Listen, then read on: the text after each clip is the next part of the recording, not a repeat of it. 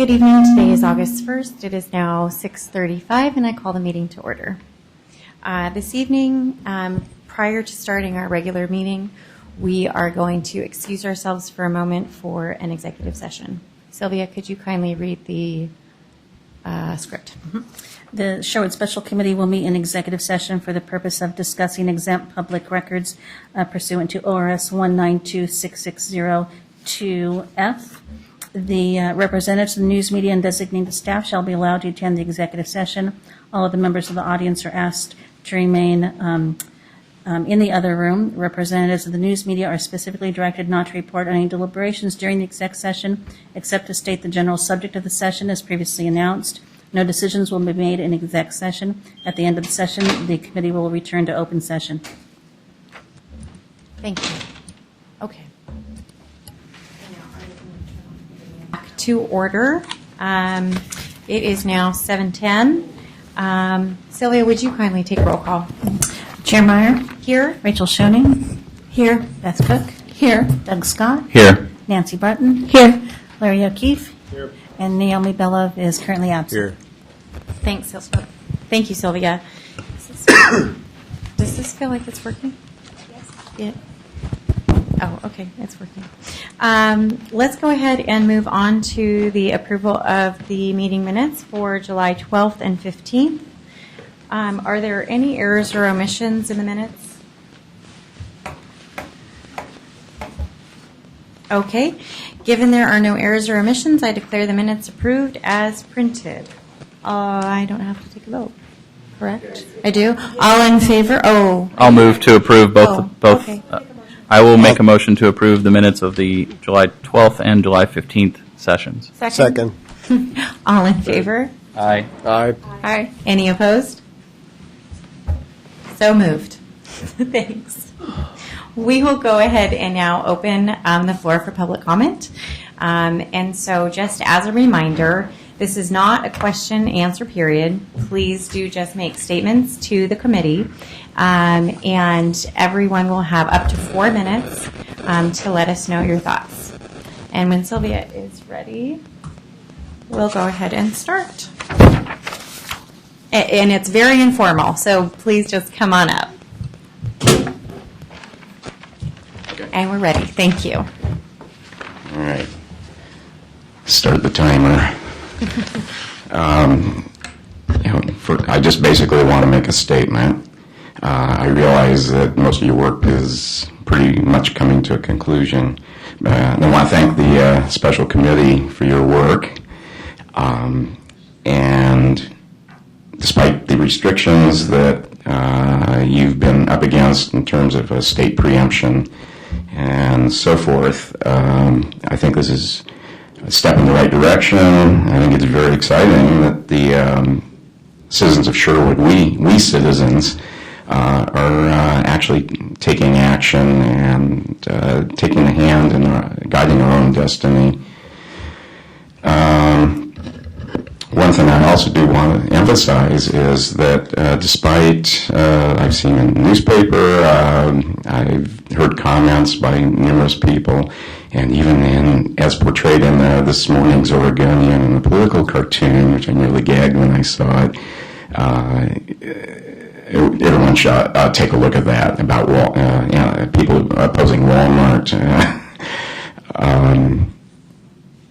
This is a significant issue. It's not whimsical. It's not trivial or arbitrary. Walmart is an entirely different class of entity, corporate entity, and is truly an economic parasite on small communities. I absolutely don't have time to go into any particular facts or statistics, but the point of saying that is that this is not a trivial matter, and it's not arbitrary, and it's not whimsical. Otherwise, a large segment of the population of Sherwood would not have been mobilized to this extent in these past few months. So what I want to say is that I hope that and I also want to emphasize, too, in terms of anybody who's concerned about Walmart's welfare, that this is not intended as punishment, but simply a means of enforcing good behavior on any corporate citizen who comes into our community, and should be applied equally to any large retailers. I saw in the notes this afternoon that Living Springs retirement community was concerned about that they're a large business and that they're going to be harmed by ordinances that apply to wages and health care, and my answer to them is they're totally small potatoes compared to what we're looking at, with Walmart, and also restrictions in other communities reference size in terms of square footage. Over 75,000 square feet is a dividing line. And I also want to mention that there is this, I think it's called the Economic Impact Review, and something that could be used in the future to evaluate the economic impact on communities of any large company that comes in. So this is not really meant to single out Walmart in particular. And finally, I'm proud of Sherwood and all of us and all of you. And I hope that these proposed ordinances and so forth, that the recommendations that you're making are just the first chapter in a long story for Sherwood. And I think I have 14 seconds left. That's it. Can we get your name, please, for the record? Oh, sure. My name is Bruce Toyen, T like Thomas, O-I-E-N like Nancy. Thank you. Okay. Thank you, Bruce. Sure. Anyone else this evening?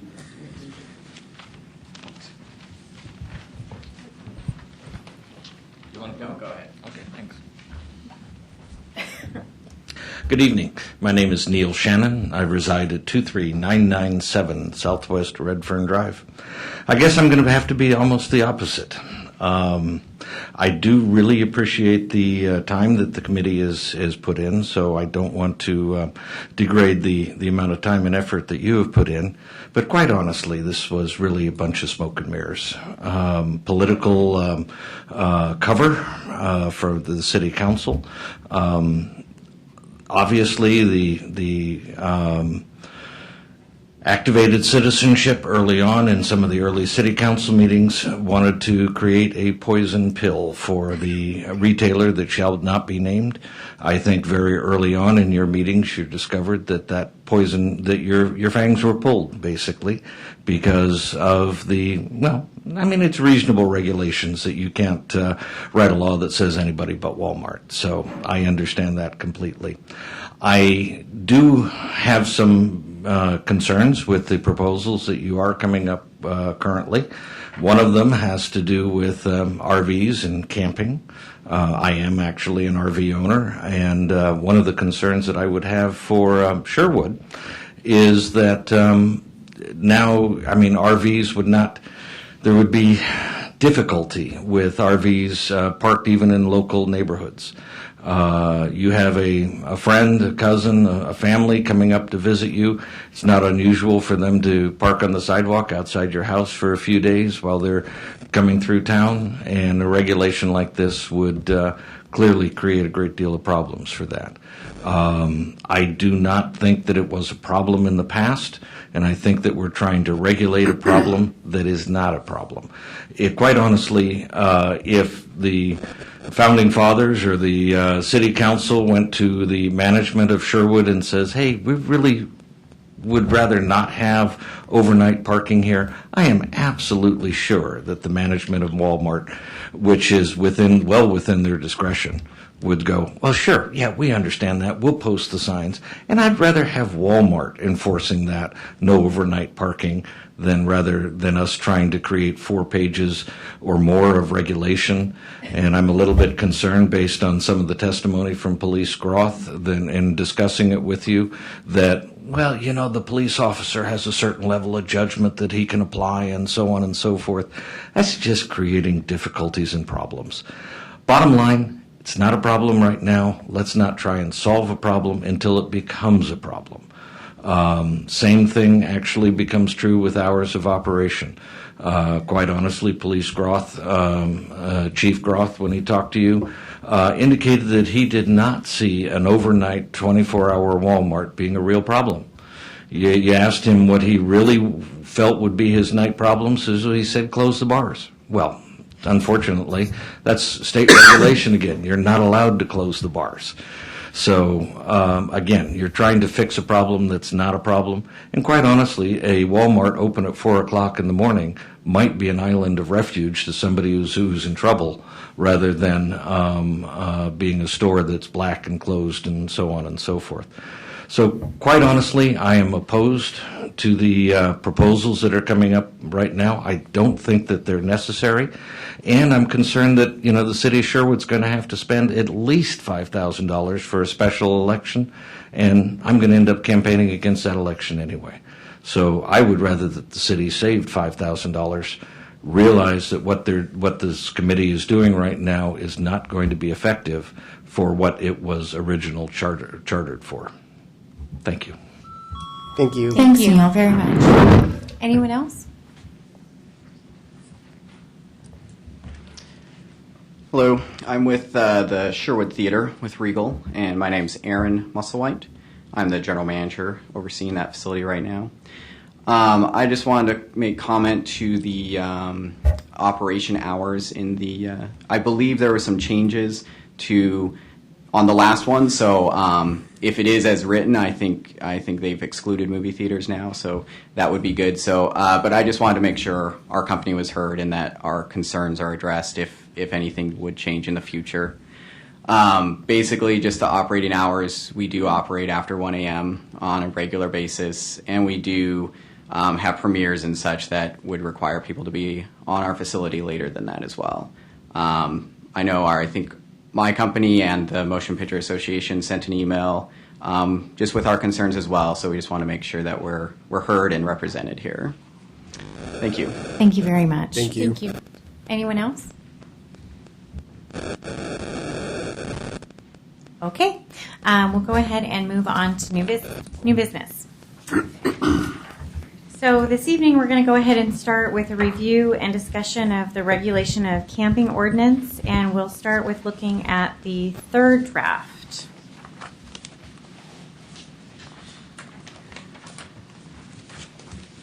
And this was distributed to all committee members earlier. And I'm wondering if there are any questions at this point about the modifications that have been made since our last meeting. I did have a comment. Was there going to be an appeals process as an option for the obtaining the variance?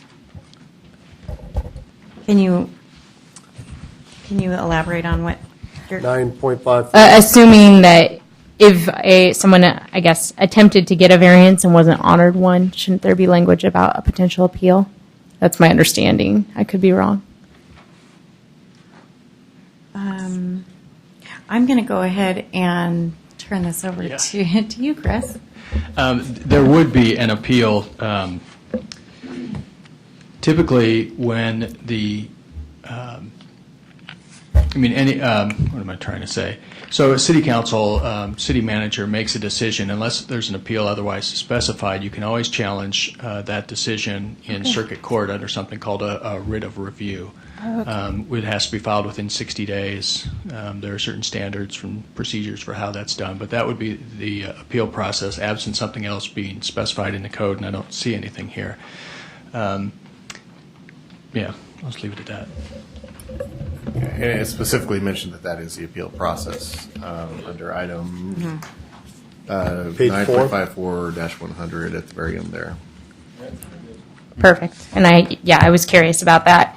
And then under the variance review, I'm wondering about the word may, and I had that question in here a lot. It says the city manager or manager's designee or city council may grant a variance. I feel like that word should be shall, assuming that all those measures are met, or else it seems like they have the ability to say no at their own discretion.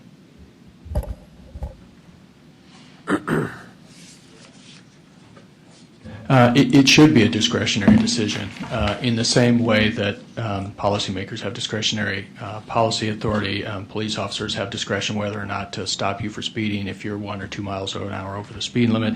And I think the language of the ordinance, it requires it to be discretionary. When you look at A, for example, there are unnecessary or unreasonable hardships. Okay. So, I mean, even if the language in the introductory sentence was shall grant a variance, the city manager could say, well, I don't think this is an unreasonable hardship, or I don't think this is an unnecessary hardship, and get to exactly the same result, notwithstanding the word shall.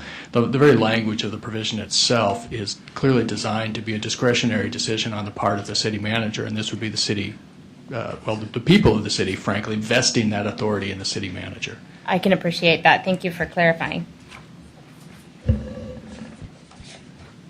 Any other comments on this most recent draft?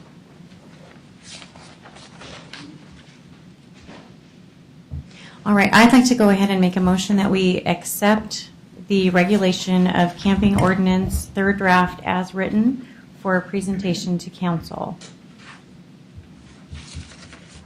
I'll second. All in favor? Aye. Aye. Aye. Any opposed? Do you need to do an individual count there? No, I do not, but I do need to inform that if you don't vote one way or the other, that vote is in favor for. So if your voice isn't heard, that is in favor for. Aye. Thanks, Rachel. No. I'm sorry. No. Nancy, your vote was nay? Yeah. Yes, thank you. Okay. Let's go ahead and move on to the third draft of the regulation of business hours. We have received several modifications per our last meeting. Would anyone like to start with any comments or concerns? I believe under Section B, we discussed at the previous meeting changing the 20% to 50% under gasoline filling station. Agreed. I would agree. Agree. Yeah.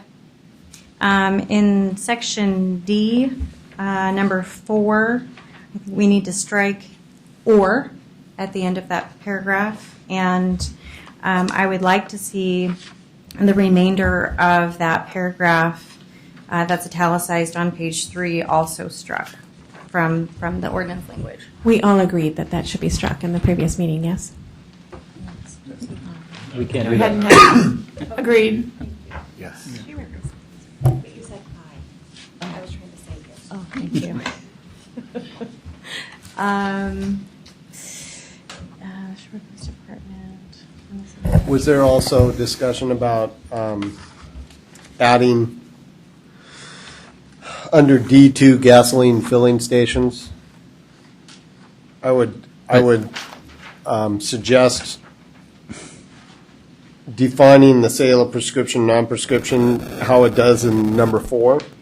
Also elaborate on gasoline filling stations. I believe we have decided against that. We decided against that? Never mind, I'll withdraw my suggestion. Yeah, and just to clarify, Larry, so under section D, I think what you're asking is whether or not that is defined, and it is under section B, number 1. And so the modification that we've asked council to make is the percentage increase Just a from 20 percentage to 50. increase. Okay, all right. I had a question about kiosks and vending machines and possibly things like red box machines, because as I understand them, they would fall under retail sales, but they would be open all night. I think they're already open all night. Any, I'm sorry. I was curious where they'd fall. Can they build those things with timers in them so that it shuts down at a certain? And I've just for seen the a couple record, outside of retail centers, and I want to say it's They're open. Albertsons, and it's they are open Albertsons. 24 hours. Yeah, they're open Right. 24 hours. Again, Nancy, is this a make or break for you? Would you support this ordinance if that was if we were able to exclude red boxes and those kinds of items? Or is that I haven't. I'm being mindful of the Then- scope of possibility because Yeah, and there's a couple, I just don't see how that would have the same kind of impact. And so I guess I'd like to defer to council on that question. Under definitions, under number 4, I mean, I may be wrong, but given that a red box is an isolated piece of equipment, It's a rental. I'm not sure that Well, that but would you're be also talking considered about an you're also talking about establishment. Coke machines or something. So it's, for me, I mean, that's how I would see that, is it's not its own entity as an establishment. Chris? I don't know what the contractual relationship is that allows a red box to be established. If Redbox is a company that has leases, for example, with 7-Elevens and Albertsons that allows them to be placed there, is then that company, which may or may not be headquartered in Sherwood, an establishment, versus the Albertsons that clearly would be. I think probably the definition or the word establishment there would be interpreted broadly enough to cover both, or to cover the Albertsons, notwithstanding the fact they have maybe a Blue Rhino propane tank rental or other thing outside. If you wanted to exclude those, you simply add those to the definition of retail sales businesses, exclude Vending machines. Purchase vending machines, purchaser-operated vending The machines. machine is actually in the exterior. Right. About User-operated. User-operated vending machines located on the exterior of a building, something like that. I mean, as we grow, if we had parking Right. lots that were open 24 hours, and whether or not we could have vending machines selling parking tickets, that would be something you'd also want to see regulated as an establishment, because that's essentially what we're doing by vending machines. I mean, that's why. to be fair, I'm trying to understand the scope of possibilities with this ordinance because I see it as my responsibility, though I don't agree with dictating hours of operation. I want to make sure that council thinks we've looked at everything and every possibility. So, I'm sorry, I think I'm sorry. But if I own a vending machine at Fat Milo's and it's open 24 hours, I'm making money from that vending machine at 2 o'clock in the morning. And I think Nancy has a right to bring it up. Because if you are next door to me and you're open 24 hours and you can't afford a vending machine, do I have to unplug mine at 2 in the morning? And I think it's a valid question, and I would hate that somebody might question this entire ordinance over a loophole that small. So, and I think going back to the concern and the reason for this ordinance being, again, the livability, the welfare of our community, I don't think that a vending machine is really. So if someone walks into that giant parking lot and they say that they're there to use the vending machine, are they there for a valid reason? One suggestion is maybe, and Chris, I'd look to you, is could you define vending machines as a personal service business? I was thinking the same thing. I mean, let's just define it. Let's just address it, is all I'm trying to say. I'm just saying, let's not dismiss it out of hand. We've tried to Yeah. address everything else. companies that, well, personal service business. For example, if we're talking about Redbox, that's a rental, so it's not something that's consumed. I would consider that more of a personal Right, yeah. service. Oh, you I'm do trying have to Coke fit it into the machines. language Coke there, machine though. next to it. A can of Coke might be different. but Establishments primarily engaged. Could it be something that was excluded under retail sales businesses? Excluding self-service, user-operated vending machines or something. Well, that's what I was thinking. Two things. One, so I worked for legislature for 6 years writing statutes, and every year the things I would write and get passed would come back and we'd have to amend them. You can't write a perfect statute or ordinance. And you shouldn't, the other thing is you can't let the perfect be the enemy of the good, right? We do the best we can. That said, it's a fairly straightforward matter to add to the definition of retail sales business. Establishments engaged in selling merchandise to the general public for personal household use or consumption and rendering services incidental to the sale of such merchandise, including but not limited to specialty shops and boutiques, but excluding user-operated vending machines located on the exterior of a building. That seems reasonable. Thank you. Agreed. Did you get all Next. that, Chris? Yeah, oh, right there. So Did Sylvia get it? I think in a previous conversation, we also talked about the percentage in the restaurant category perhaps being too high because of stuff like lottery sales. I think we talked about changing that to 50% as well. Yeah. I thought we did. It's my recollection that we tried to make a consistency across the board on those. Can I just ask that we do change that to 50%, but also call attention to that to council?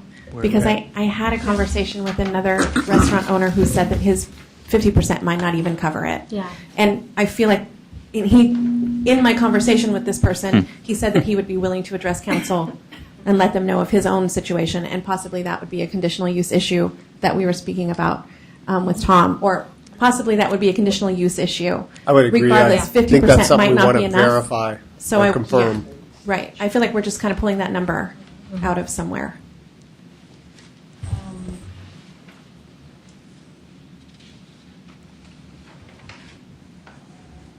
Well, I would suggest 50%, and then we maybe add to the report that we'd ask the council to look at it further, and then maybe in the meantime we can help them with that by coming up with some information between now and then.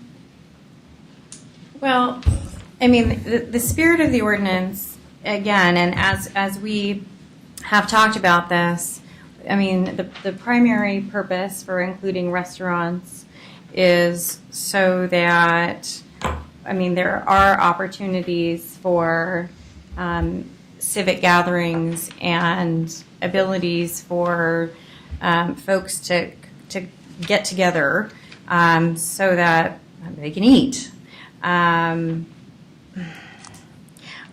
Is 50% really where folks are comfortable? And I'm asking. I agree with Rachel that Oregon Lotto sales are probably make up a higher majority of those sales than 50% at night, from my understanding from businesses I've talked to.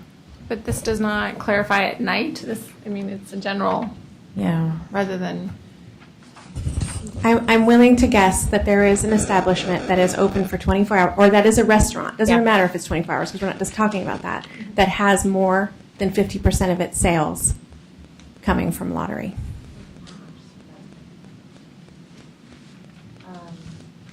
I mean, okay, so if we don't agree on that, can we please agree that we will ask council to visit it the same way we will as filling station? I agree with that. I would suggest I'm that. not comfortable leaving it at 80% in the meantime. No. At the very minimum, I think we should change it to 50 Right. or maybe consider 40. I mean, going back to the spirit of what we're trying to get at here, right? I mean, is retail. And whether it's hard for me to conceive of a retailer who's going to sell 40% or 50% of their business being food.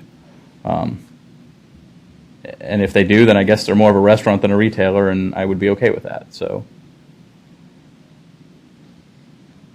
Well, okay. I think what I'd I like. mean, the whole reason this is here is because we don't want somebody who has a cafe to be able to, to use that as an exception for getting all of their other retail goods, right? I mean, that's why we put the percentage in to begin with. And not just that, but I mean, we've clearly defined what a restaurant is in the preceding couple of sentences.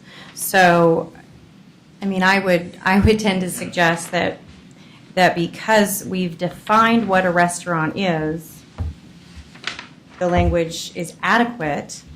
And if we do feel that 50% is appropriate, I'm comfortable with that. I mean, Chris, can you offer some Well, guidance? primary, if I were to look at the word primary activity, to me that would suggest more than 50%. Yeah. So if your merchandise sales exceeds 50%, then you're no longer primarily engaged in the restaurant. activity of the preparation of food and beverages. So maybe we should Can we just take- oh. strike the entire last bit there after consumption. Do we have to have the 80%, the percentage qualifier at all? Because Can the we just take that out? primary covers it, right? Yes, I think that's a good fix. Does everyone? I just like to read it one more time. Thank you. Restaurant means, I'm just going to read it out loud. Restaurant means an establishment where the primary activity is the preparation of food and beverages for sale and consumption on or off premises, and at which customer tables or counters are typically available. Such an establishment may take phone orders for food and may deliver food to customers off premises. If such an establishment is also engaged in selling merchandise to the general public for personal or household use or consumption, to qualify as a restaurant, at least Yeah, we need to strike. X percentage all of of the that. establishment's overall annual sales must be from the sale of prepared Starting food with and if. beverages for consumption on or off premises. So actually reading, I'm glad you read that again. I would actually suggest we strike starting with the word if. Is that merchandise? Yeah. An establishment. Well, Chris and I were wondering the same thing as we were reading through it. I mean, I don't know that lottery tickets would Yeah. be considered merchandise. Merchandise. Right. So, to that Or end, the I don't lottery know what would games. apply. I mean, it's No. entertainment. That's an entertainment. Right. Which would be a personal Not to be services, used which for we've investment already purposes. All right. So if it just said, restaurant means an establishment where the primary activity is the preparation of food and beverages for sale and consumption on or off premises, and at which customer tables or counters are typically available. Such an establishment may take phone orders for food and may deliver food to customers off premises. Period. I think that's plenty. Agreed. Great. Is everyone generally fine with that language? Yeah. Yeah, great. All right. I'm just looking at my notes real quick. You know, I have to raise this as a concern, because as I put together the exhibit for the general report and re-reviewed public testimony that's been both submitted and provided to us here at our special committee meetings, I'm really concerned about the hours that we've outlined. And I feel like, again, as I reviewed the hours issue, the majority of comment that we received had a greater restriction in terms of closing earlier and opening later. So I would like for us to revisit that issue if the committee is willing to do that. I feel like we've spent a large amount of time discussing that issue and have arrived to where we've arrived at, not easily, and I'm comfortable with what it says. I also think you have to consider this is going to the public and passability, and I feel like the smaller that window is, the higher your chance of passing this bill. And you open up those hours, you make people close earlier and open later, you're going to lose more and more and more support. So, whether or not I end up voting for this, I said this before, I don't know if I'm going to vote for this or not, but personally, I'm a lot more likely to vote for this than I am if it's 11 to 8 to 7 or something more onerous, and I think that might be true of other people. I agree with Doug. Oh, sorry. Are you done? That's fine. I agree with Doug, and as stated in the last meeting, I think the minimal impact that we have on retail businesses, Yes. and we've heard this from the public in their public input, the more we try to regulate stuff, the farther away we get and the more bound we are by our laws. I'm happy with 1 o'clock to 5, and I'm those aren't just the hours. I think I said I was kind of flexible on the midnight thing, but the 5 in the morning, that's when the whole town of Sherwood starts waking up, generally speaking. And I also think you have to go back to why we're doing this ordinance to begin with, right? I mean, the whole purpose, I believe, we heard of why we're doing this is really because we don't want 24-hour, and we don't want that really late night, really early morning stuff. And anything that we do, no matter what the hours are, is accomplishing that goal. And so I think that's the key here. And to me, back to what Larry said about impact, we're accomplishing that goal with the least amount of impact on people who do have different hours that they like to shop or have to shop, and also on businesses. And I think that's a good balance to me. We're accomplishing the goal of limiting 24 hours, but with the least amount of burden on business and customers. Okay, Any other thoughts? No? Beth? No? Nancy? Okay. And again, I mean, my point for raising the issue was in good conscience. I just wanted to make No, sure that, absolutely. you know, I addressed the public testimony that we've received, and I'm certain that, again, council will re-review all of this language, and during the public hearing will be also open for public comment.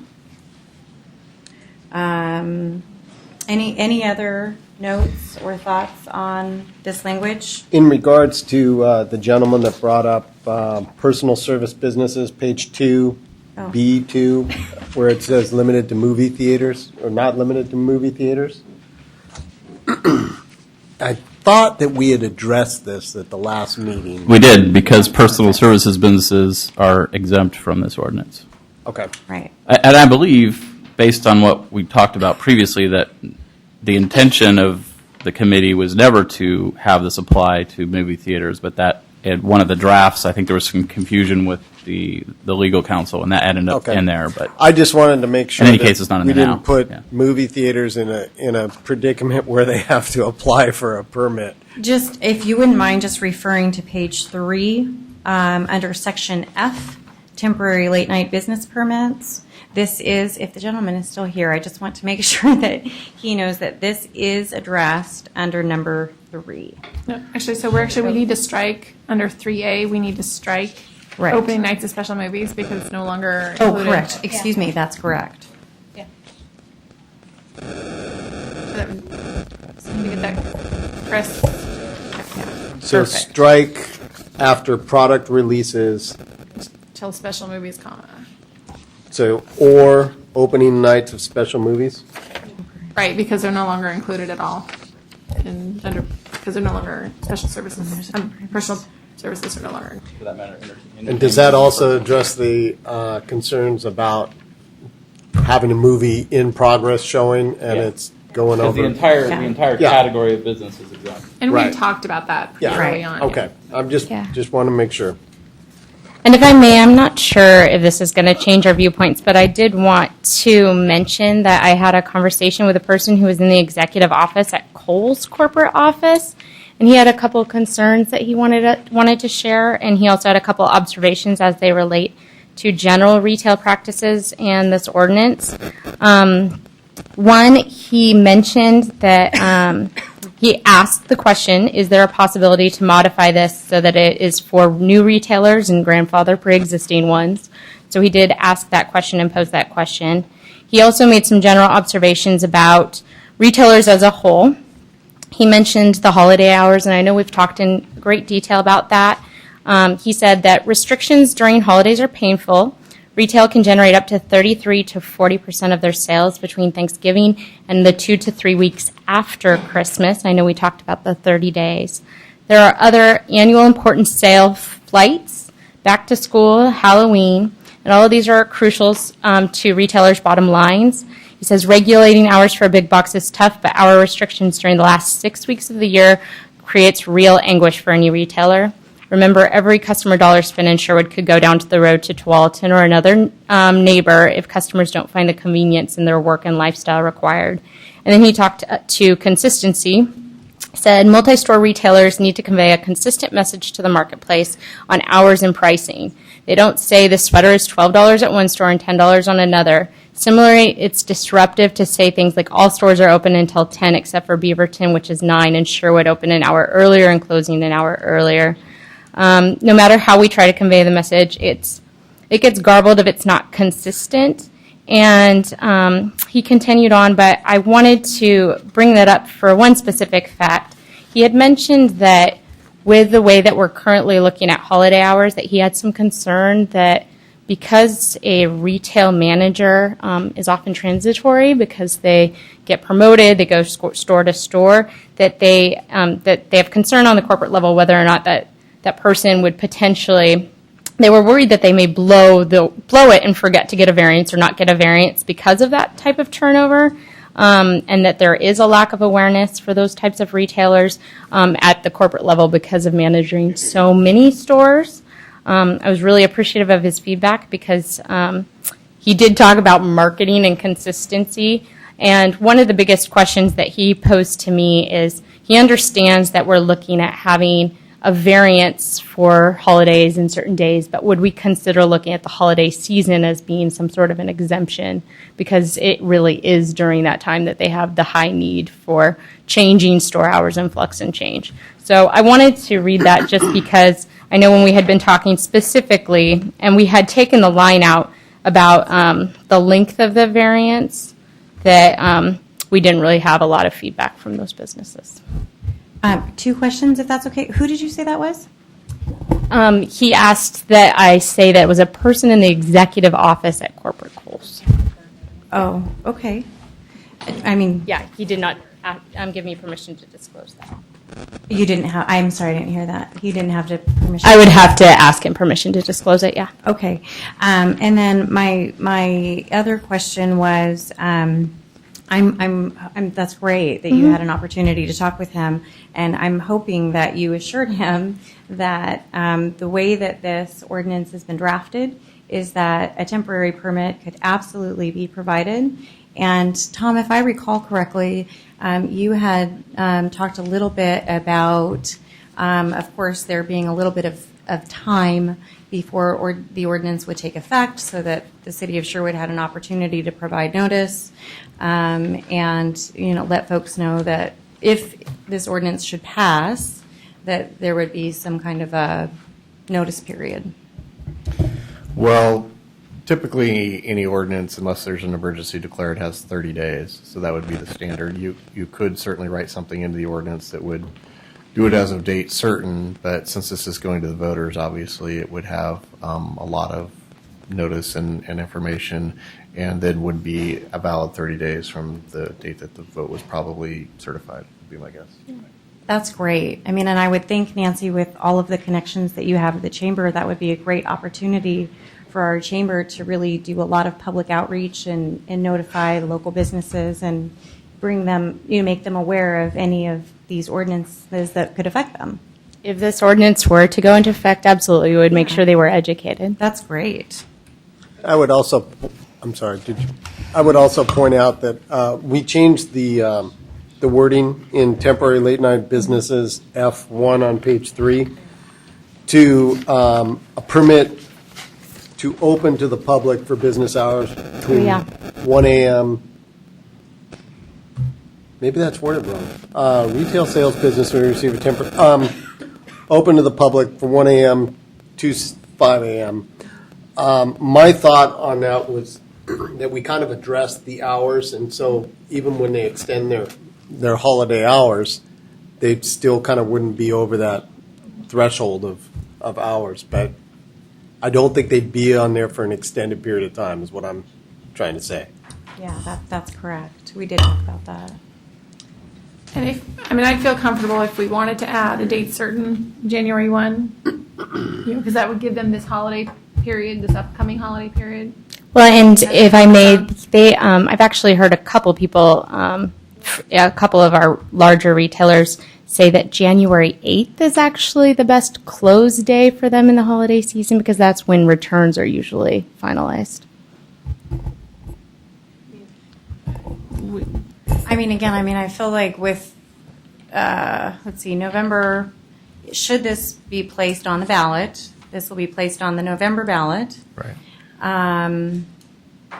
So I don't know the exact dates, but essentially, 30 days is going to put us in within a week or two, mid-December. about 10 days after the election. So it just feels like So- by so January it would 1st, happen they right in the should middle of be able- December. They should be able to, you don't think they'd be able to Just do a variance by January 1?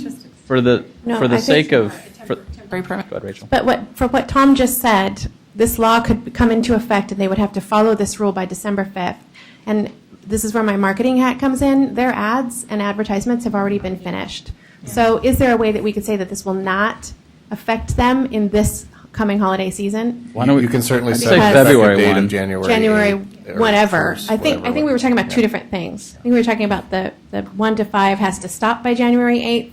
Is that what you were saying? But That was no, what- Nancy, I think that's what Nancy was saying. No, to have the law go into effect. Right. The law go into effect on January 1st, but that it have a hard stop of January 8th. So I think we were talking about two different Yeah. things. So I just I- kind of I'm- want to clear that up. Yeah, I'd just be in favor of Nancy was having the saying was- entire law go into effect on a certain date instead of trying to split it different No, ways. she's saying that you can't ask for the permit after January 8th, that the holiday season would technically end after January 8th. That was the discussion that Nancy was having. I get what you're saying, but I'm just trying to clarify that there are two different things that people are talking about.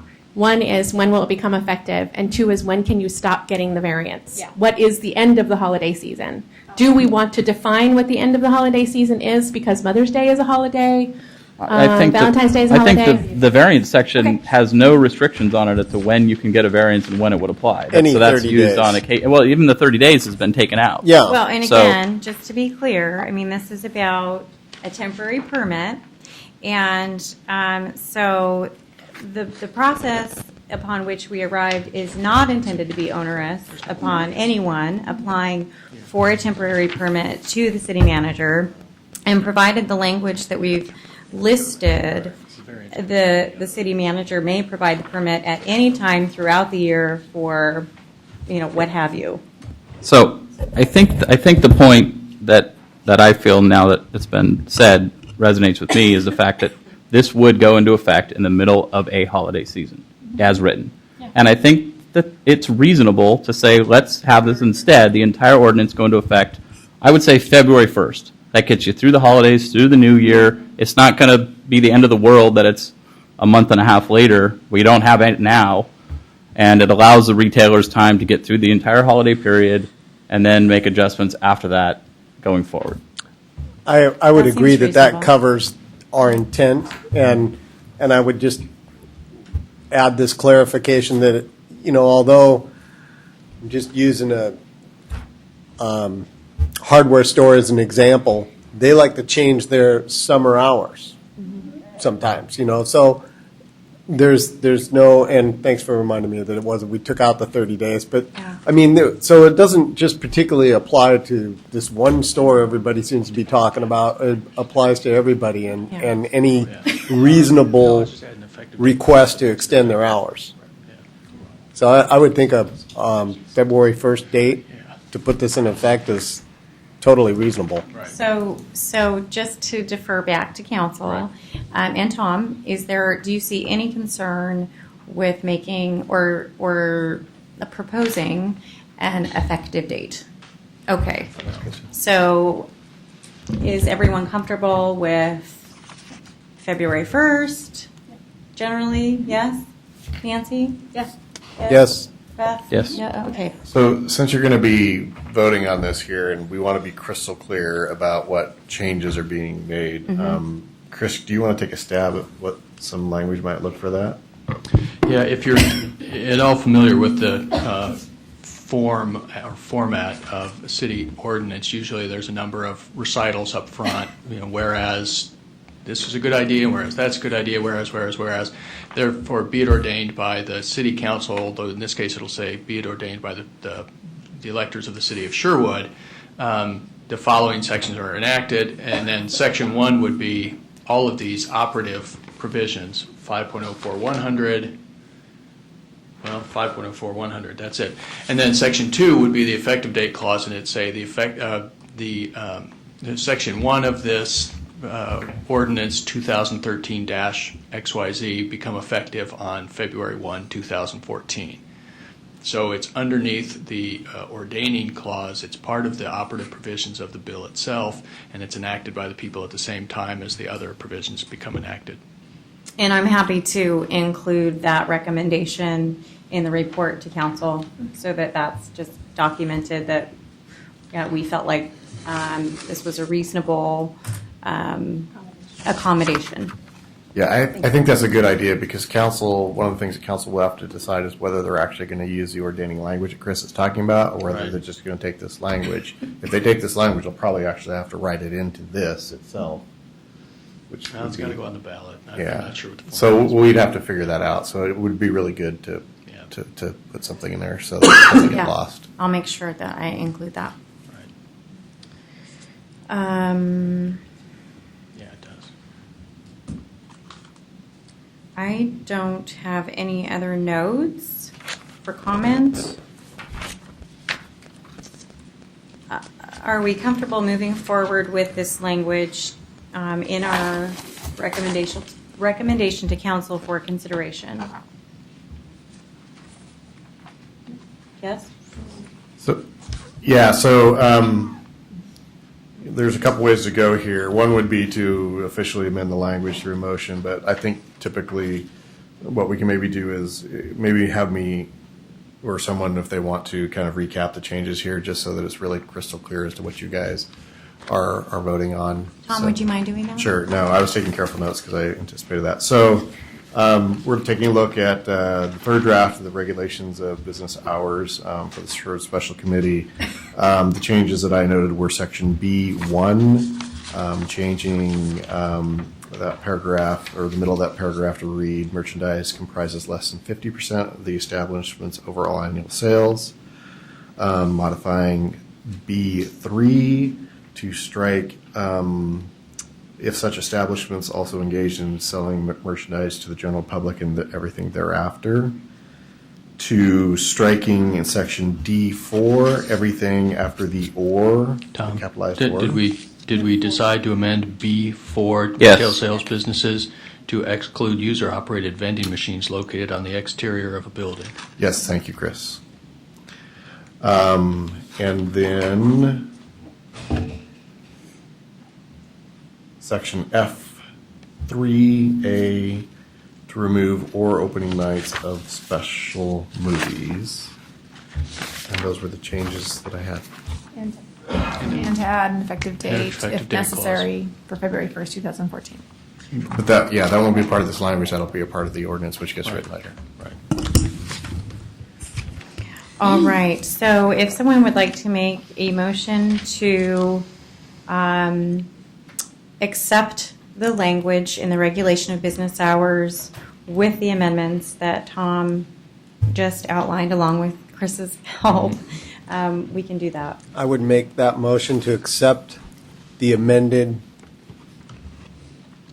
hours as stated from Tom. No second? All in favor? Aye. Aye. Aye. Aye. Any opposed? Nay. Nay. Thank you very much. You know what, if it's all right, I'd like to take a 10-minute break. Let's make it a 5-minute break. Is that okay? All right. And then we will reconvene and move on to reviewing draft language for our presentation to council. So we'll reconvene at 8:05. All right, it is now 8:10, and I'm going to go ahead and call the meeting back to order. Thank you very much for your patience. We just needed a few minutes. So now we'll go ahead and move on to a review and discussion of the general report to City Council. Let's see, I need to turn the page here.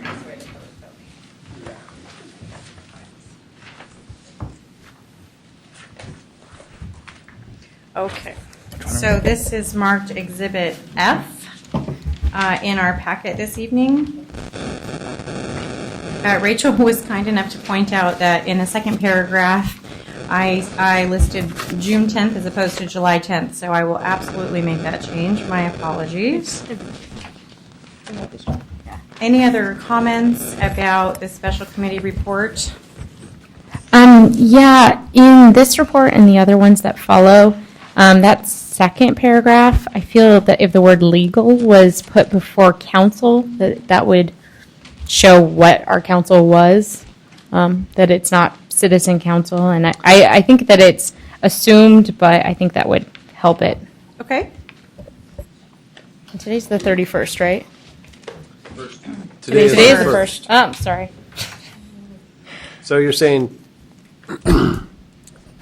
second paragraph, first sentence, with the support of city staff and Legal counsel. adding legal counsel. Yeah.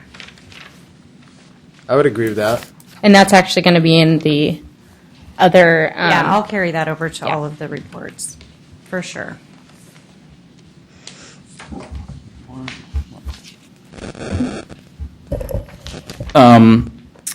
So in section 8, I have two Which thoughts. section? under considerations or? Oh, sorry, yes, finding? I'm in considerations. Okay. There's another section 8? So you're looking at page 2, so the back side of page 1, is that correct? Oh, you're looking at, Am I looking at the wrong thing? yeah, you are. Which one are we looking at? Exhibit F. Thank you. All right. I do have things here too. Someone else can go while I find my place.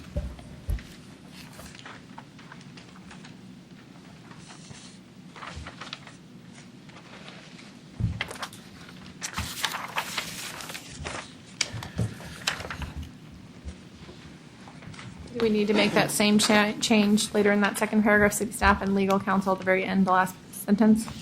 Oh, I'm happy to do that, no problem. Where did we talk about hours? Which point talks about hours? Which bullet number?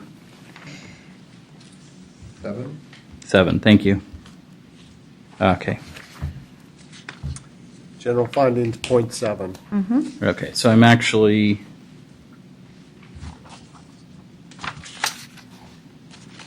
Okay, maybe my question is more general then. Why is there a bunch of emails attached to this? Oh, I noted under considerations, and actually I didn't in this report, so perhaps I should include that language.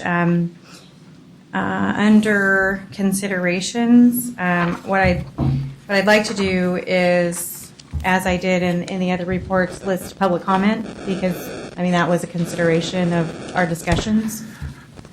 Okay, I would agree with listing the public comment, but I'm not sure, A, the value of attaching one type of public comment and without, I mean, we sat in meetings for 25 hours roughly in here, and we took all the variety of public comments. Why are we calling out specifically emails that we received and not all the other public comment we received? All the stuff is already on the public record. What value is added by attaching it to the report and bloating the report out? Well, the intention is to place the public comment on the record because these people did not appear before us. The other public comment is within our minutes, so that is documented. And Sylvia, maybe you can. The emails that the committee received have a 1-year retention. It's considered a general correspondence. All general correspondence have a 1-year retention. So if you're looking for this record to go any further past 1 year, you need to introduce it in a different manner. However you choose to do that is completely up to you. So, I mean, in that case, for the sake of history, I mean, I feel like in order to provide a comprehensive package to council that can be referred to 20 years from now, they can look through the background and the history and all of this and also see that the public comment was included. I have an alternative proposal then. Okay. I would like then to suggest that we take all of this written correspondence and separately, through a motion, add it to the public record, but not include it as an attachment to our report to council. I similarly had the same concerns, only as though I don't want it to, I felt when reading this as well that we were giving more weight to these email comments than we were to the people that were here that addressed us. And that concerns me. It's not even about what the content of the emails is specifically. Right. It's that there were people that were here and addressed us, and then there were people who emailed us, and we've only included the emails here, and I feel like that might give them more weight. And I feel like that maybe public perception may be unfair. I would agree with that I statement. think that Doug's motion. Can we do that, Sylvia? Sylvia, could we add these to but we won't be meeting to approve the minutes for that meeting I where we was going to discuss ask these? about that. Sylvia, what's the retention? I understand that the minutes are being prepared, frankly, more in the nature of a transcript, but they were sent out. Once we get those back, what's the retention period for those? The retention is a permanent retention for minutes. For all boards and commissions, all council, it's a permanent retention for the minutes. So those minutes will reflect, obviously you've seen them, it's a transcription of the individuals plus your own business meeting. So a way to introduce, the correspondence would be that night at the council. If you physically provided me the documents, I want to submit these into the record, these are written comments from, then that retention provided to the council is a 5-year retention. Again, it's not a permanent retention. Those documents there are 5-year. So again, I mean, so the minutes have a 5-year retention. No, the minutes are permanent. So the minutes are permanent. Okay, so if, and I want to make sure I understand. So if we include these email correspondences along with this packet, does this packet to council become a permanent record as well? Yes, the packet to the council is a permanent record. So if how this has been put together is presented as is, then all of that would also become a permanent record. Correct. The intent, my intent with this document, unless the committee or legal tells me otherwise, is the council packet for August 6th is posted currently. I plan on amending that packet to add whatever conclusion you guys come up with, your staff reports, your proposed language, and any exhibits you want to provide. Once it's in that council meeting packet, the council meeting packet is a permanent retention. Okay. So Okay. I would then be comfortable in separating the emails from the report and including it as a separate exhibit as additional written comment received throughout the course of public testimony, Sure. but separate from the report itself. Yeah, that sounds great. I would agree with that. Okay, we can do that. And then that, in that packet, would become a part of the permanent record. It would become an exhibit. Right. Yes? Okay. I just want to make sure. Perfect, so we can do that. Any other comments about the language as drafted? And just to note, Nancy, in our last meeting, I want to just call out under the general findings, under number 8, I did include, as I looked through the minutes of our, it was either the July 12th or 15th meeting minutes, you'd indicated that fostering economic development within Sherwood was another issue that we discussed. So I wanted to just let you know that I did include that in this report. Thank you. Sure, and under the general findings, number 8, Chris, could you give us the correct number of days that land use regulations would have to be noticed to, I think, to DLCDC is what this is talking Something about. different than 35, right? I don't think 35 days is right. It is now. It is, okay. Yeah, I took that from. Okay, thanks. Yeah. Well, and Merida, may I ask the question? So, under financial impact, it says there's limited financial impact to the city of Sherwood should the proposed ordinance language be approved. For me, I guess my question was, since we haven't done a financial impact study on these ordinances, is it fair to say that at this point? Tom, can you weigh in on this? You and I talked about this very briefly. Yeah, this gets a little, this is our typical format for Yeah. For staff reports, and sometimes it's fairly difficult to come up with numbers. I think the ordinances that you have would primarily be police calls of some sort, and so I think it's difficult to kind of. It would probably be impossible to actually do a study, except for after the circumstances. So we typically use language like this if it doesn't appear that we're going to have to add an extra officer or something just to implement these ordinances or maintain them. Certainly, like Mirta and I talked about, if we'd done a sick leave one, there would have to be a much more robust financial analysis section. But since these are primarily reoccurring things that probably won't require adding additional staff or things, it's probably reasonable. That's what's there. So why wouldn't we just say the financial impact is not known? Yeah. You could say that as well.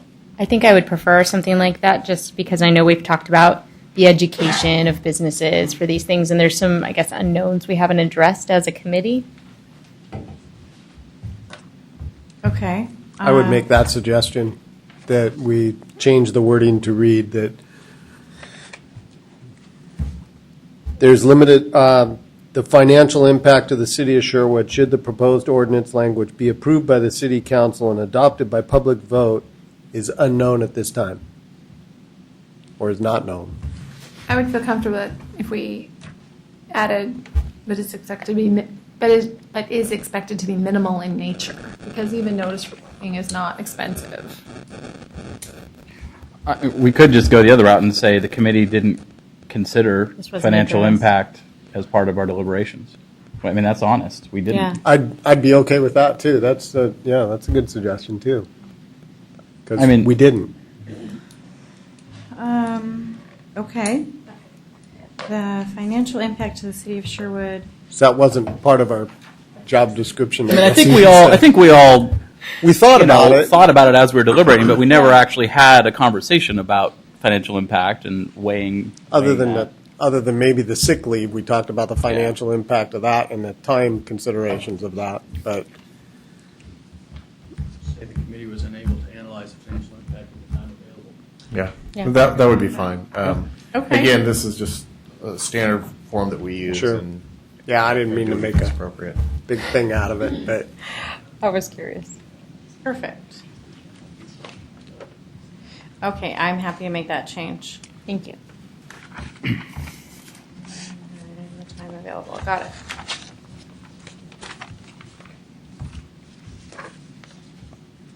Any other comments on the language as drafted?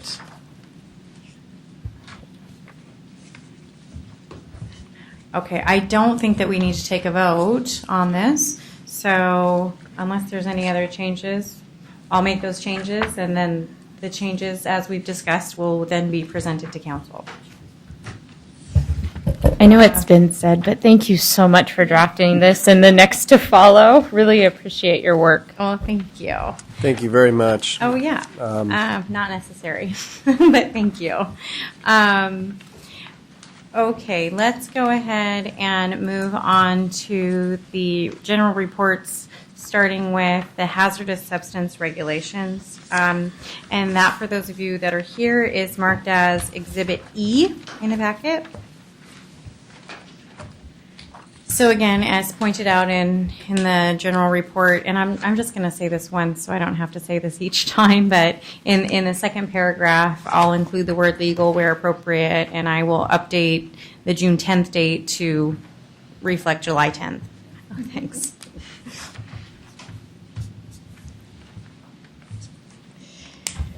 Any other comments on this language is drafted?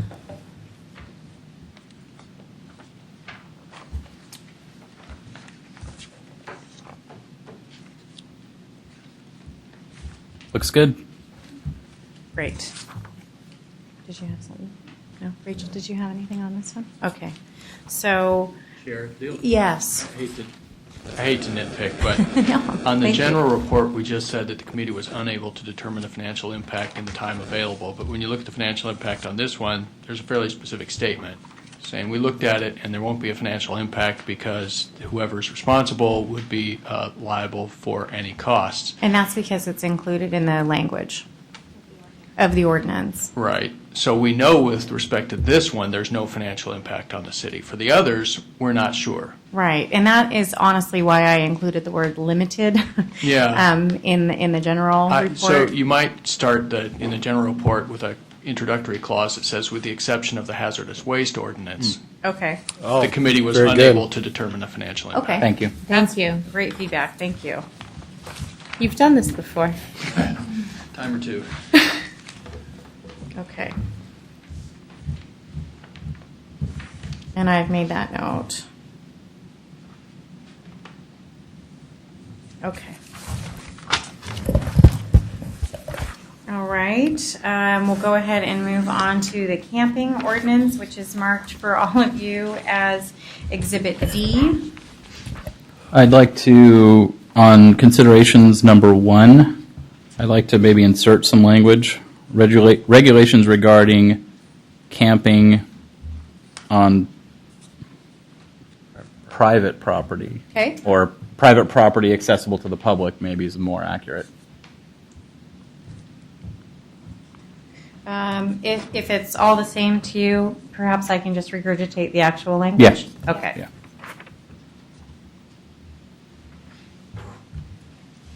I'll do that. Any other comments there? Number 5. Okay. I'm thinking about this one, and I haven't thought about it at all before just a second. I'm trying to think back to the public comment we've received, and I recall receiving comment on both sides of this issue, and I don't really recall if one was stronger than the other.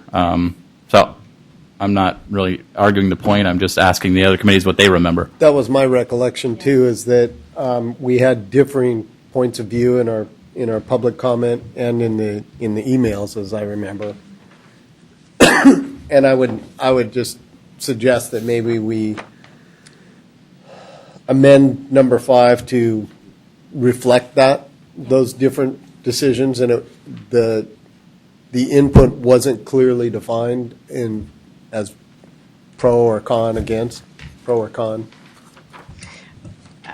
Would you feel comfortable if I generally referenced the exhibits that will be provided and reference the minutes as well? And that way there's just a comprehensive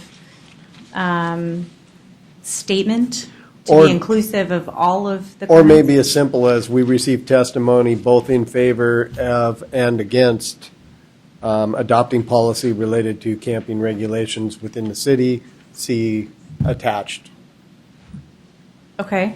exhibits. And does anyone have anything else to say on that?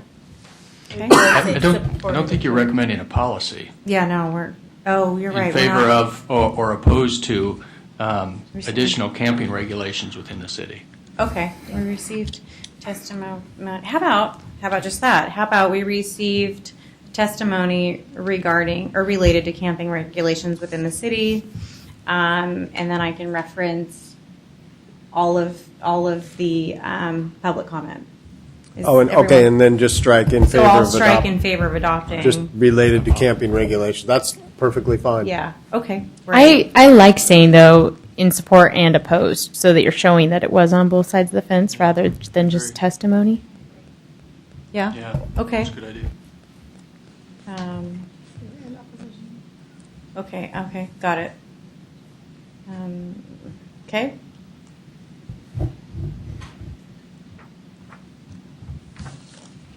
And on the financial impact, you might want to consider the same statement that you made In the in general. the general. Okay.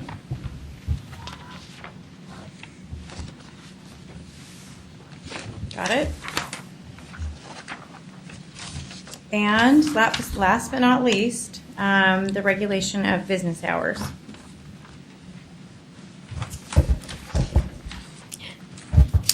I'm kind of jumping ahead here, but when it comes to the chief's statements, where under 8 it says the chief indicates the regulation of business hours could be a preventative measure in limiting behavioral incidents.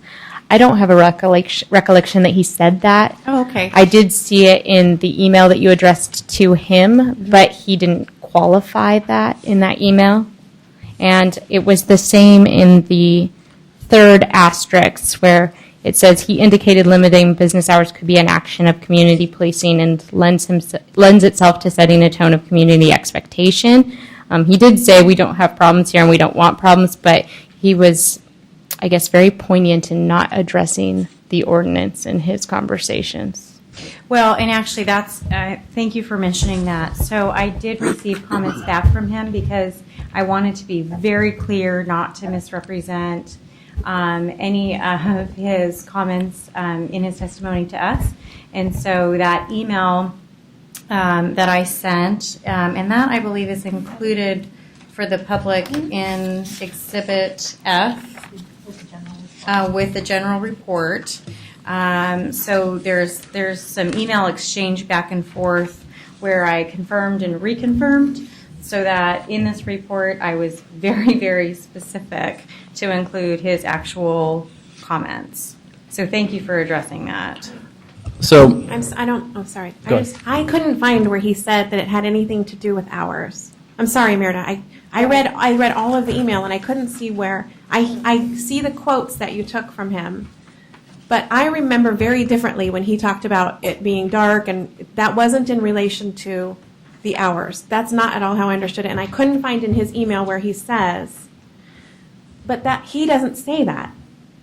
You are asking him that, and he never says yes in relation to business hours. I have some of Unless the you same can show objections. me. I mean, So I could be reading it entirely Yeah, wrong. no. But I specifically looked for it because I'm sorry, but I do feel like you got a completely different perception of his comments than I did. So I'd like to make a suggestion, if I may. I like the first paragraph of number 8 about the 90 minutes, and I would just simply at that point say, please refer to the public record, because we have full minutes and video of his testimony, as well as the attached email exchange, and then leave the entire rest of this out, because we're trying to paraphrase what he said in public testimony and through an email exchange that is already part of the public record. So I would prefer just to refer to the public record itself. That was also going to be my suggestion. We don't paraphrase anyone else or sort of regurgitate what anyone else said when they came up in public comments. And I feel like this is the one place where you can most definitely, and this is not personal, and I know you understand that, but where you can most definitely sort of take your personal inference of what he said and put it to the page when no one else is actually doing that. We're not doing that with anyone else who gave testimony. And I think we all could probably write a different account of what we heard him say. But I'm all in favor of saying, please review his testimony. Yes. Because I Yes. think it's going to mean different things to different people. And I think it needs to absolutely be addressed by the council. And we don't, in adding to what you said, we don't want to do a disservice to the police chief by adding our even unintended perception of what he said, because I think we all got maybe not necessarily something different, but even though we heard the same thing, I mean, anytime you have that, different people, they touch on different points that they want to hear. And I in no way want to take away from the work that you did in trying to solidify what you were doing as background. I'm not trying to, pet you to death, but that's my point, is I get what you were trying to do. When I read it, it felt very skewed to me, and it made me uncomfortable. And then it made me kind of go back and try to look and find, and I thought, if I'm doing that, I know I want to do that because I heard him, but I want to be sure that the council weighs his words heavily and actually reads his words. Yeah. Yes. Okay. So, I guess I just want to explain why I did this. Again, in terms of qualifying the considerations, I did send the email to the chief, again, just to be very, very clear. And so, I hear what you're saying, and if the committee's most comfortable with me just including his email as an exhibit along with the public comment, then that seems more than reasonable. I would agree with that, and I agreed that the first paragraph was good. I would like to change the words where it said took time to confirm the following information. I would like to say to discuss the following information, because I think, again, he wasn't confirming what we all knew. Well, and if we're taking out all the following information, then we just change the language to something like, the chief spent nearly 90 minutes with the special committee in a question-answer format, and we urge you to review the public record as well as his attached email exchange. Yeah. Okay.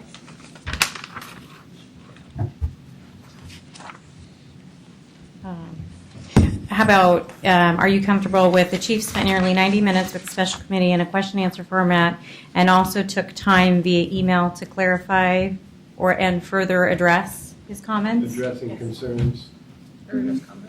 Via email to clarify. What did you say? Clarify. Took time to respond to some emails. Took time via email to clarify. Okay, I'll come up with something that. I think would be comfortable with what Okay. you come up with. Okay, no problem. I can do that. Any? Back to number 7. Yeah. I'd like to strike the second sentence similar to what we talked about during the general report. Yeah. I mean, the testimony will be attached by exhibit already, Oh, okay. and we're not attaching it again to the email, right? Or- Sylvia, can you? So the general report will also then include these subsequent individual reports along with the proposed draft language, and that will be in one packet. Is that correct? All these documents will be included into the current city council packet. So if you look at the website, you'll see the agenda of the council meeting has new business. That's your report. Then it has a public hearing, and each of these 3 topics is listed under the public hearing. The intent is the mayor is going to open and close for each topic of that public hearing. Okay. So each topic of that public hearing will have a staff report.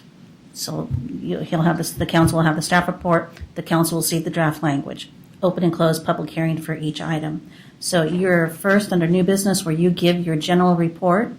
That general report is, again, whatever you want it to be. Do you want it to include the emails, exchanges with the chief of police? Do you want it to include the email that the committee received from the public? Okay. Again, that's up to you if you want that general report to include that information.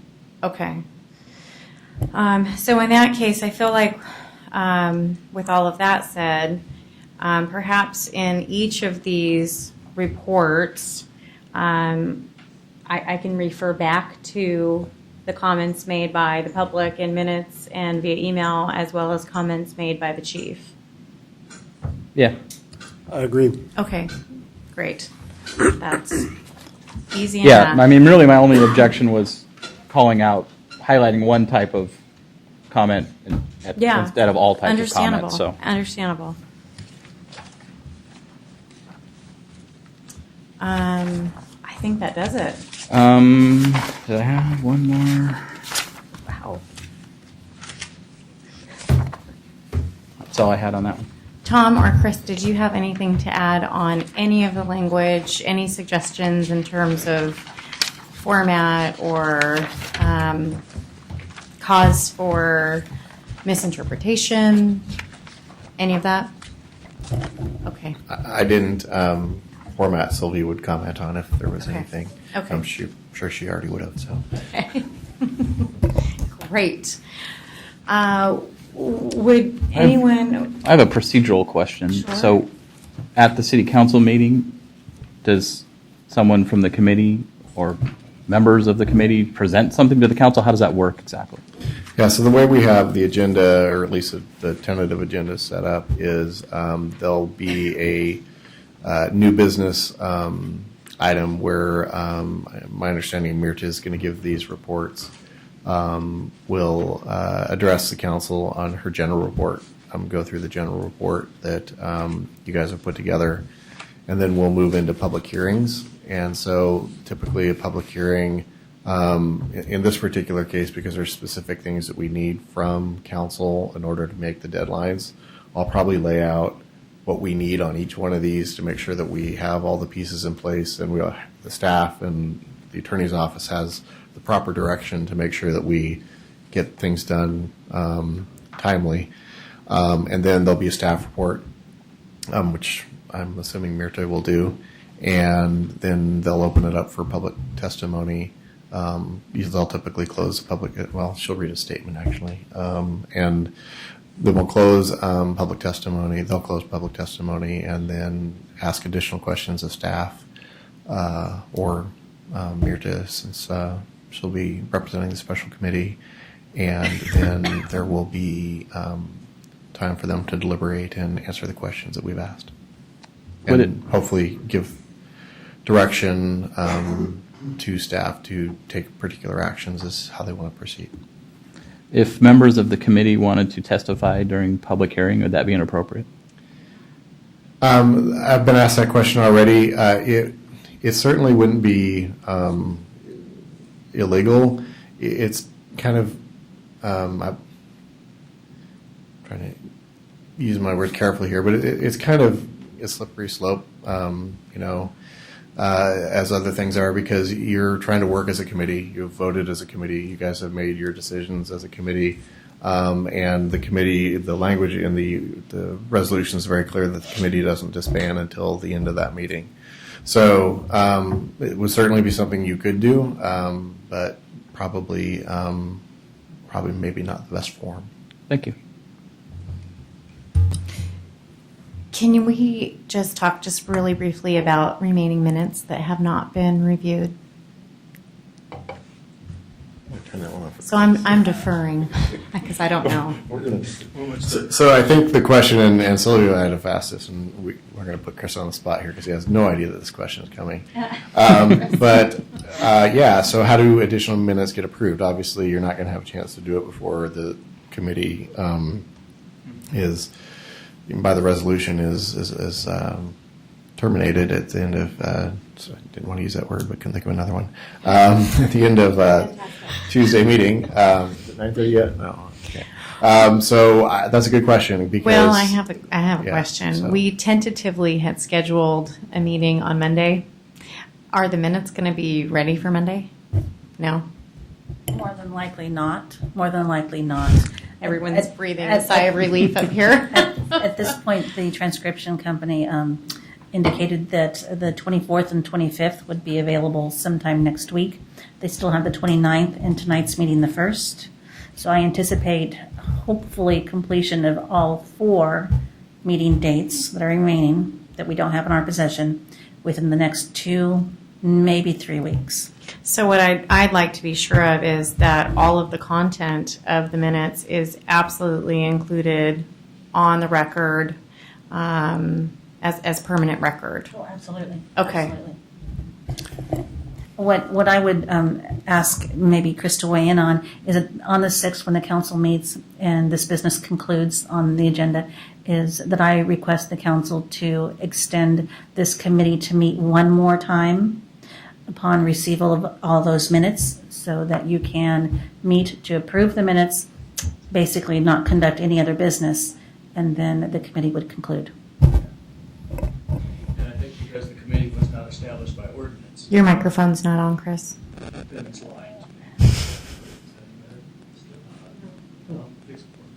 All right. Says it's not. Because the committee was established by resolution, the council can amend that resolution and extend the committee's life, if you will, to a date certain until we convene and approve the minutes. Probably a good idea to have them formally approved. Okay. Well, and I'm wondering if, rather than refer specifically to the minutes, if we refer to the videos so that counselors can practice their fiduciary responsibility of educating themselves of the scope of the committee when they're looking at these considerations. Well, I mean, the video, the content of the minutes and the content of the videos mimic one another. I think she means in the In the language of report. Oh, in the report. Yeah. Oh, I see what you're saying. Oh, yeah, I can absolutely include that. You can lead them to water. Exactly. And I'm happy to do that. That's not a problem. Yeah, for sure. So unless there's anything else from staff, we may move on to closing comments. Larry, I'm going to put you up on the spot tonight. If you'd like to. I'm gonna pass Okay. because I hate going first. You only get one chance. If I only get one chance, then I'm going to go because I never walk by a microphone without saying something. Let me take this opportunity to thank the other committee members and you, Mirta, for the hard work. And I'm just going to single out Sylvia here really quick. Did you send an email out at 1 o'clock in the morning the other day?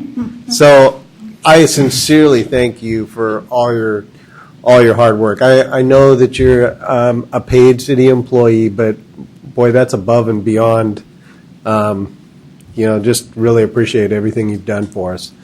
Tom, same goes for you and the city council. Chris, this is the first time I've met you, so I appreciate your hard work and the hard work that your office has done. But more importantly, I mean, we were given some tough issues to kind of take on, and I I've gotten some feedback from some public members that, maybe we didn't do what they wanted to, and it's hard to take in everything the public wants to do and the input and put that all together and think of, okay, here's 6 or 7 people that are trying to do the best for Sherwood, and I know it's not going to be perfect, but I think you guys would agree it's like the very best that we could come up with. That said, I think there's other issues that need to be brought up in the future, and maybe definitely not by our committee, but by some committee somewhere, until we start to look at, we get away from an ideal that goes from minimum wage and look at like an average wage that we encourage employers to do and not necessarily mandate them to do. Those are all things. I mean, the whole plastic bag recycling thing and getting those out. There's other steps that we can take as a city.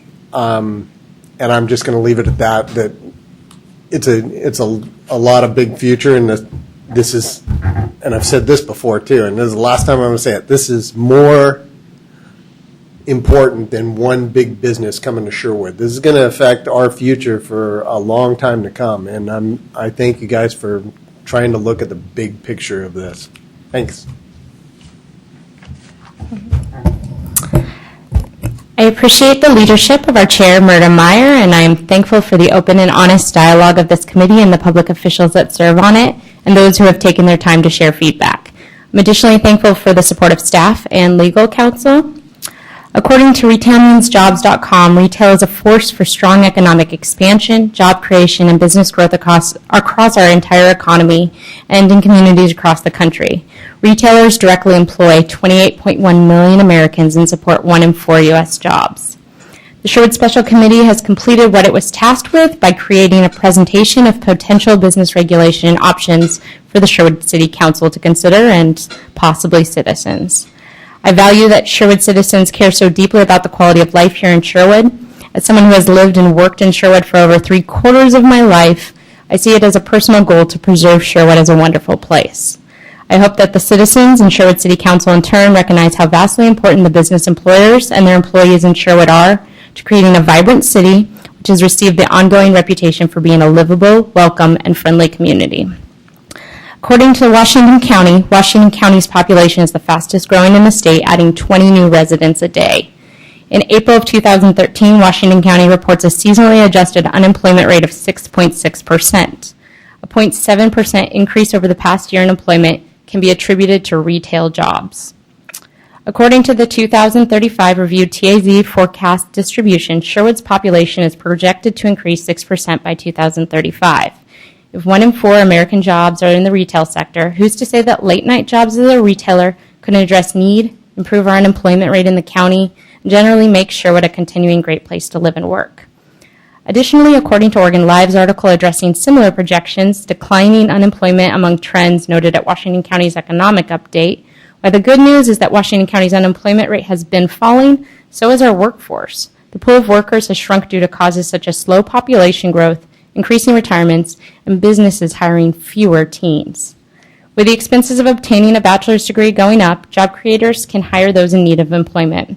I personally think that the retail sector holds a great deal of opportunity for this, and regulations hurt their ability to increase volume of sales and support jobs. These conversations cause me to fear Sherwood's future. Ordinances being dialogued in this way create the question for future investors into our community. Is Sherwood welcoming to businesses? In a perfect world, Sherwood as a community would be free of crime, bully-free, engaged in a proactive and open dialogue considering the needs of all of its residents and businesses, and constantly and cohesively working towards community betterment. I believe that this is what we can continue to work towards. Businesses are a valuable asset to the city and citizens of our community. We need to expand ways to entice future investors to Sherwood and model ourselves after communities that recognize that quality of life is linked to a vibrant business community. Thank you.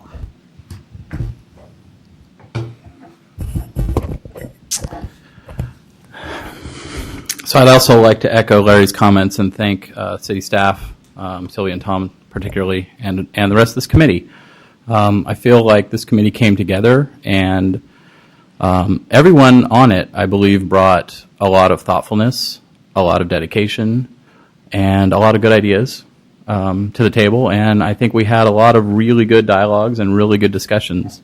Nothing that came forward to this committee was dismissed out of hand, and nothing that came forward to this committee was pushed through without thought. And both of those are good things. I think that even though everyone on this committee didn't always agree, I thought we voiced our differences of opinions and our ideas and debated them, argued for them, articulated them well with one another. And I'm really grateful for that, and I appreciate everyone on this committee for what they brought. I think that there will be some who are going to be disappointed in the outcome of the work here, and I find that understandable. And I also think that before you get involved in something like this, or even maybe slightly after you get involved in something like this, you don't necessarily realize how complicated it is. And a phrase you hear a lot, and that I hear a lot in my line of work, is the devil's in the details. And that definitely applied in a lot of what we discussed here. You know, you hear an idea of, oh, let's do an hours ordinance. Okay, that sounds great. That's reasonable. And then you start getting into the details, and they just get deeper and deeper and deeper and broader and broader and broader. And that's true with everything that we discussed. So I think we did a good job. And I think also what you came to realize quickly in this process, specifically in relation to some of the items that some members of the public were really interested in, talking about workers' compensation and benefits and other kind of rights, is that the body of law, federally and at the state level, surrounding those areas is very, very deep and very complex. And trying to navigate those waters became pretty quickly a challenge that we really couldn't take on for a variety of reasons, legal reasons, time reasons, and the fact that, we're a small city of 18,000 people, and, places that have done these kind of things in the past either are in different jurisdictions where the laws are different, or they are large cities with lots more paid legal staff and paid staff in general to debate these ideas and come up with them. And so I think that that will be a disappointment to some people, but I think that it was something that honestly I don't think there was any way for us to avoid. Lastly, I'd like to say this: I do think that the dialogue that was started with this committee does need to continue. I think some of the ideas that we've had around looking at the land use code particularly, but then also, business attraction to the city and business retention to the city are key things that we need to look at going forward. And I'm a much bigger fan, and I think what works a lot better is a carrot and not a stick. And so I think that accomplishing the goals that we all want of having more small businesses, more businesses, better paying jobs, more desirable jobs, all of those things are going to be a lot easier to accomplish and can be accomplished more effectively through economic policies that are going to encourage businesses to come here, and not necessarily through regulation that's going to mandate specific things. So I would encourage the city and commissions and city council going forward to look at those kind of things. So I think that's the way to get to our goal. Lastly, I'd like to say one more thing, is that a lot of what I've heard throughout this process is kind of a business versus worker or business versus citizen mentality from some people, not many, but some. And I think that that's the wrong way to look at things. I don't think that we should be considering ordinances and thinking this is pro-business or pro-worker and anti-business and anti-worker. I think those things are not mutually exclusive. I think there's partnerships involved, and I think that it's unfortunate that I saw some of the idea that if you're not against a particular business, then you must be for it. And that's not true. It's quite possible, and I know this because it is me, to be pro-business but not be pro every business, or to be pro free market but not be in favor of every single business practice that exists. It's just a matter of how you think the best way to go after those things is, whether it's through regulation or some other means. And so I think that's something that I hope that people will look at going forward. And I guess that's all I have to say. Thank you, Chair. Thank you, the rest of the committee. It's been a pleasure. So I'd also like to echo that thank you for all the hard work you guys have put in, Tom and Sylvia and Chris, you and your staff, your team have, Chad and Heather, was fantastic, working with all of you. Thank you very much for all the hard work you put in over the last several weeks. Members of the committee, I'm very proud of the fact that we were a group of very diverse opinions, and we were still able to, put together what I believe are rational, thoughtful proposals for City Council to review and hopefully for our residents to vote on. I believe while we weren't able to move every idea forward, we definitely elevated the conversation regarding a number of different issues that have not only local and regional, but national importance. Over the last 2 years living here, I don't think I've had the opportunity to meet quite as many people as I have over the last month. A number of folks have indicated to me how proud they were, happy they were that this committee had come together. They really did feel that, and they have had their voices heard in a way that they felt was something new and was very, very valuable. So I'm proud to have been part of that. And I do think that it is very important to have, it's not just about workers or businesses. It's about creating a healthy, vibrant community as well as a strong business community. And I feel confident that the measures we put together provide that opportunity for all. So thank you. Yeah. Again, thank you very much. And I did notice that 1 o'clock in the morning email, but I also was awake, and I think some of you also were too. So that being said, it's been said very many times, and it's not a secret, and I'll say it again, that I don't live here. But I do business here, and I'm extremely proud. My husband and I are very proud to do business in Sherwood, and this community has supported us more than we could have ever expected. And I think some of you know my personal story and can understand maybe where I'm coming from with that support. But aside from that, our business is here as a local business. And to us, that means, not only the other businesses who are our neighbors and who provide services so that we can do our business, and the city personnel who support us in that business and sometimes tell us when we're doing things incorrectly.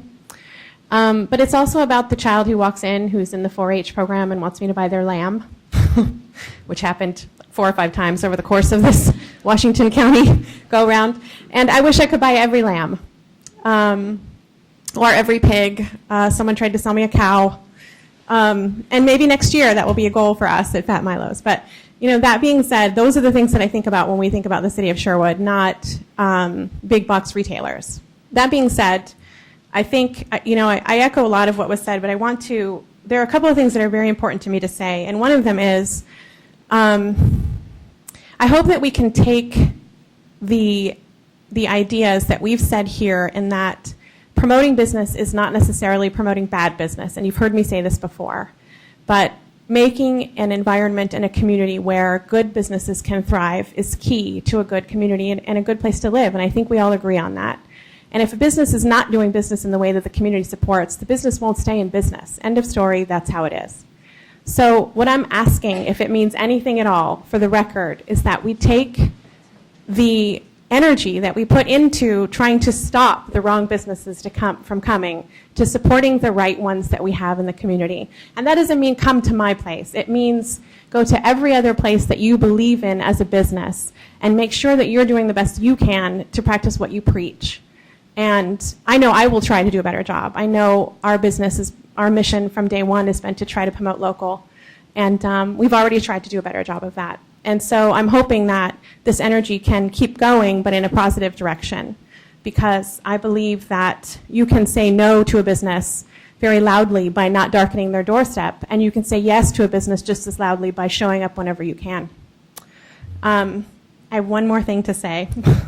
I do believe that the land use laws need to be addressed, and I'm hoping that some of our committee members can do that by being on certain commissions and use the things that they've learned here to make sure that these, I won't say mistakes, but maybe missteps won't happen again. And I will also say that I firmly believe that a personal attack diminishes any message by a lot and can cancel out everything you say before and after the personal attack. So I would hope that we can maintain some semblance of the dignity that I know this community has and stop them. Tom, Sylvia, did you want to add anything before I make my closing comments? I would just like to say that I did get scolded for sending that text message at 1 a.m. I was told I might have initiated that. I was told to go to bed. But seriously, this committee's done an awesome job. To get citizens from the community to come together, business owners to come together and to do the work that you have done has been amazing. I've worked for this council and seen a lot of work from other boards and commissions, and you guys hit the ground running, unlike other groups who have taken months and months and months and years to accomplish what you've accomplished and just to work together. So thank you. It's been a pleasure. Yes, the hours have been long, but likewise, I think we all have learned something. And I also appreciate Tom very much. Well, I think we all appreciate Sylvia. No question about that. This committee had a very large handicap coming in, and that was time. Unfortunately, time was a critical component of what you guys could accomplish. And so I think from my perspective, it was very informative to listen to you and to listen to other people from the public, because this conversation will go on. I mean, this isn't the end of this, and I hope that from my position and from my ability, we can use what we've learned here and continue the conversation in many other areas. This affects, what the Planning Commission is doing. This affects what certainly SERPAC is doing, and as they're starting to get much more into dealing with businesses and how we can incentivize and make sure that we're treating businesses, existing businesses and potential future businesses in a manner that is respectful and will help them to be successful, but also keeps the livability of our community intact. So this will touch a lot of different areas over time, and I know some of you have volunteered to be on boards and commissions, and I encourage others who might be here to also consider becoming a part of the conversation. We've said it over and over again at our staff level is, if we could just have more citizen involvement, we could actually make a lot better decisions and know where things are going. And so, you have to take every thing that comes up, and I know that some people look at certain things that have happened as a very negative.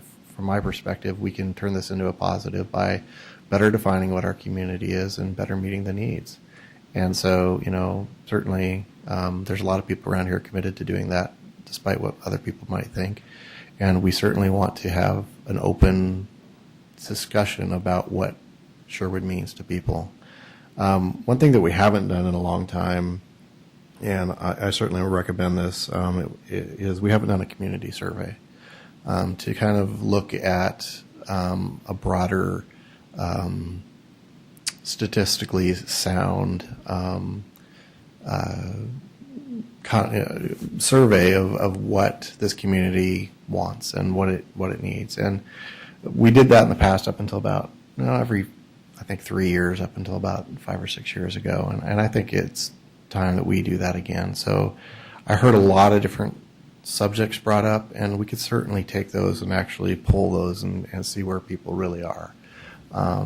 We can get a large enough sample that the margin of error will tell us where this community really is, and I think that's really important, because without that type of information, it's hard for you to make decisions. It's hard for others, because you do get differing opinions, and there's 18,000 people. 9,000 of them, you know. So I think that's something that I'm certainly going to recommend that we do, so that as we move forward and other boards and commissions are thinking about things, you know, how do we treat businesses? What does livability mean? You know, what does this community want and need? Because that is our job. Our job isn't to respond to every single individual in the city, but it is to make sure that we're doing what the city as a whole wants. So I thank you guys. You guys did a great job considering this is tough stuff, and you did a great job, and I think you should be proud. Well, with that said, I'm really proud. I'm really proud of all of the work that we have done with all of your support.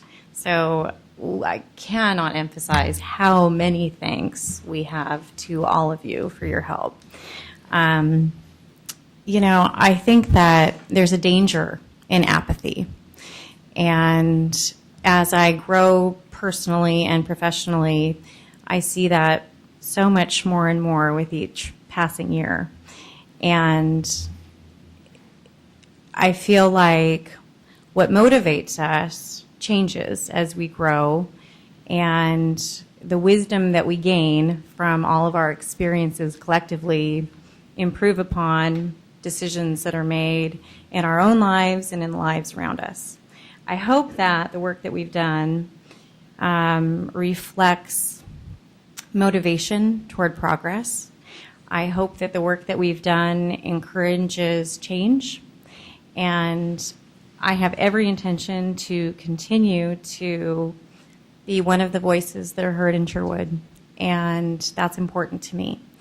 And so I would welcome working with all of you at any point in the future, and I just can't emphasize enough that I just feel like, you know, this committee reflects a sampling of the residents of Sherwood.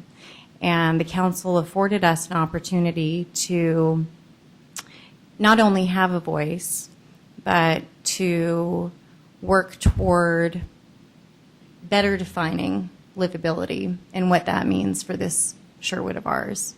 And I feel really pleased and proud to have been a part of it. So thank you all. Here's to many more hours of conversation and debate and argument toward making Sherwood the very best Sherwood it can be. Thank you again. Good night.